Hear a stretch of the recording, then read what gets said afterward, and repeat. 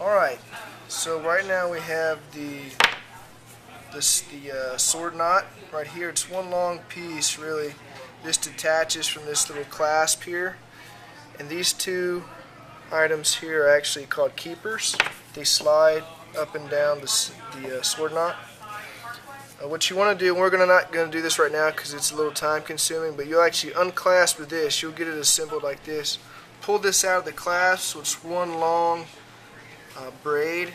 You'll run the braid through the pommel right here and then take it back through each of the keepers. You'll affix it once you get to the bottom of this thing, to the base of the simulated large sword knot.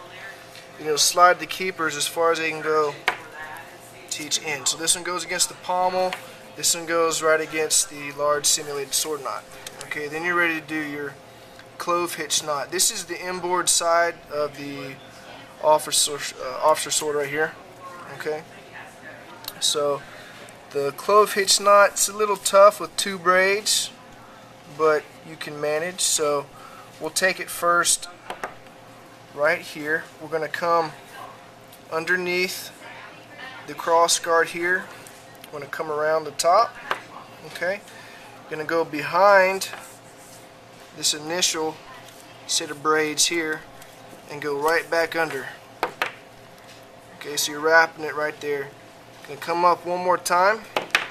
You have to loosen this up a little bit because when you come back under, you're going to go through this final knot. That's what keeps it affixed. So it'll look like this. Okay, when you draw it tight, you'll see on the inboard side of the cross guard here, you have two parallel groupings of braids. On the back is the cross right there. It crosses over. All right.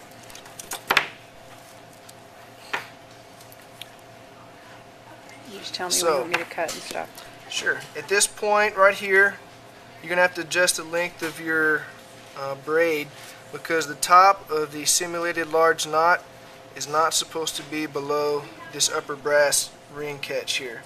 So you want to pull it till it's about right there. Okay, so we'll loosen this up a bit and we'll keep drawing it through until it's the proper length. Alright. Okay. So keep adjusting this. Pull it tight once in a while so you can keep up with it.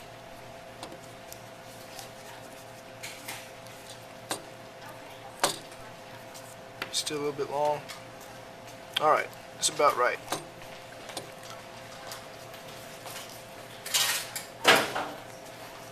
We got our clove hitch straightened away.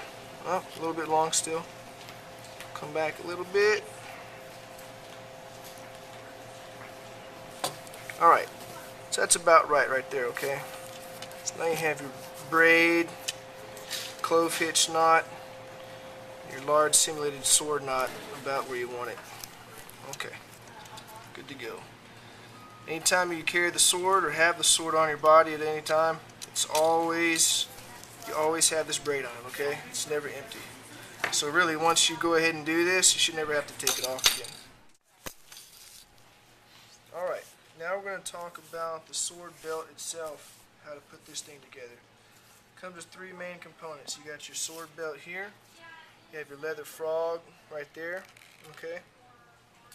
And you have your sword sling. Notice there's a short strap and a long strap. And you got your snap fastener here. That's what's going to keep the frog on the belt, okay? First thing we do is put the frog on the belt. It goes on this side of the belt here. It's going to be your left side. Pushes through, okay? Take your snap fastener on your sling. You press this little piece down, it's spring loaded. It goes right around the top of this. And now your frog's in place and you got your sling in place. And then the next part is actually attaching the sword to the sword sling. And the easiest way, the best way to do this is to go ahead and put the belt on your body. Okay.